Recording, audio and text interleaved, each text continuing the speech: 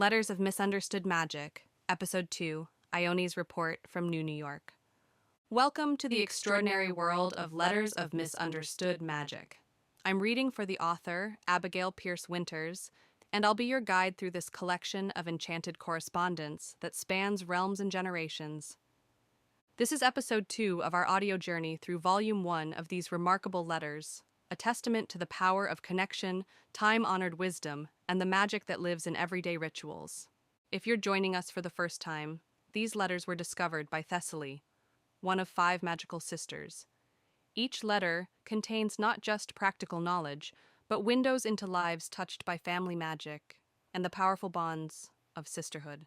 The sisters are part of an enduring circle of practitioners who have preserved magical knowledge across generations.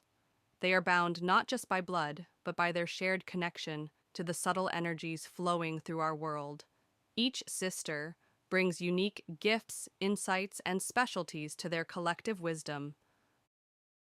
In today's episode, we'll be exploring correspondence between 2 of the sisters.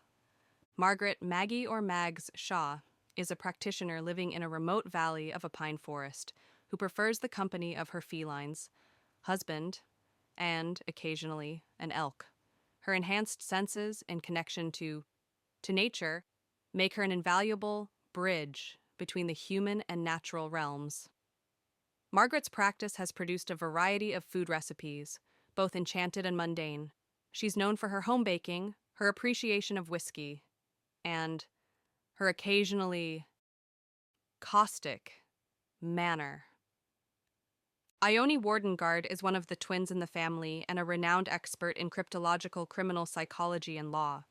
She's authored many published works and makes her home in the low desert.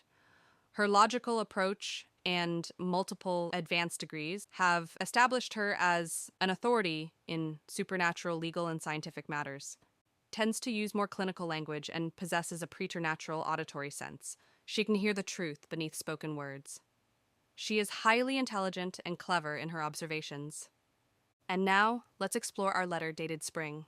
April 9th, from Ione to Margaret. Dear Margaret, I arrived in New York today. The reports are true. It is a cesspool.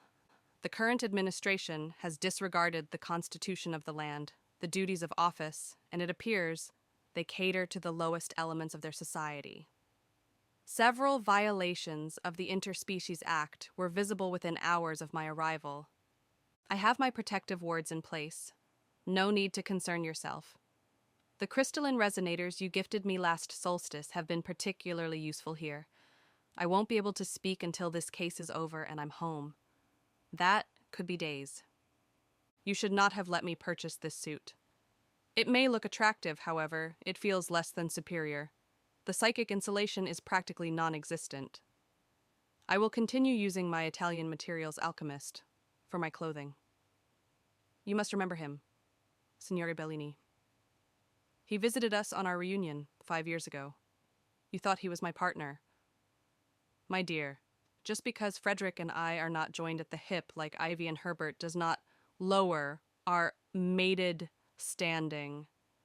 Gods, Ivy somehow tolerates the same person daily. It remains a mystery how we arrived together from the same mother. Speaking of the Countess, she contacted me through the barn owl she believes to be mysterious. Her encryption method was elementary to decode. This is largely unverifiable. However, it may be a topic for my next book on cryptid communication. I trust you have read my latest by now. Your yard elk must be flourishing with spring's arrival. I simply cannot comprehend why you piddle your talents on hiking when your sensitivity could be documenting these creatures properly. Please say hello to Lucas, for me. Tell him I need his insight into the ethereal commodities market. The prices suggest another manipulation on the horizon. I will continue to ask until he relents. I'm having lunch in the park to study the cryptids who believe they are successfully clandestine. The shifters have developed a new tell, a slight wobble, an inconsistency in their frequency when maintaining form too long. I have not gotten close enough to observe their eye shifts. I understand the psychology behind their disguises, however, the sheer fact that their etheric costumes function is still a mystery. Regards, Ione. P.S. See enclosed amulet for previously mentioned reasons. This letter offers us fascinating glimpses into Ione's world, her work with cryptids, her observations about New York, and the complex family dynamics among the sisters. We see her analytical mind at work, even as she maintains connections with Margaret and references their shared knowledge. Thank you for joining me on this short journey today. The wisdom of the sisters reminds us that magic exists in the everyday, in our kitchens, our gardens, our connections with others. Are you more of a Margaret with your connection to nature and appreciation for solitude, or an Ione with your analytical mind and keen observations? Perhaps you've encountered your own shifters hiding in plain sight. Leave a comment below about which sister resonates with you, or if you've ever wished for crystalline resonators during your own adventures. Your insights might just earn you an ethereal nod from the Countess's mysterious barn owl.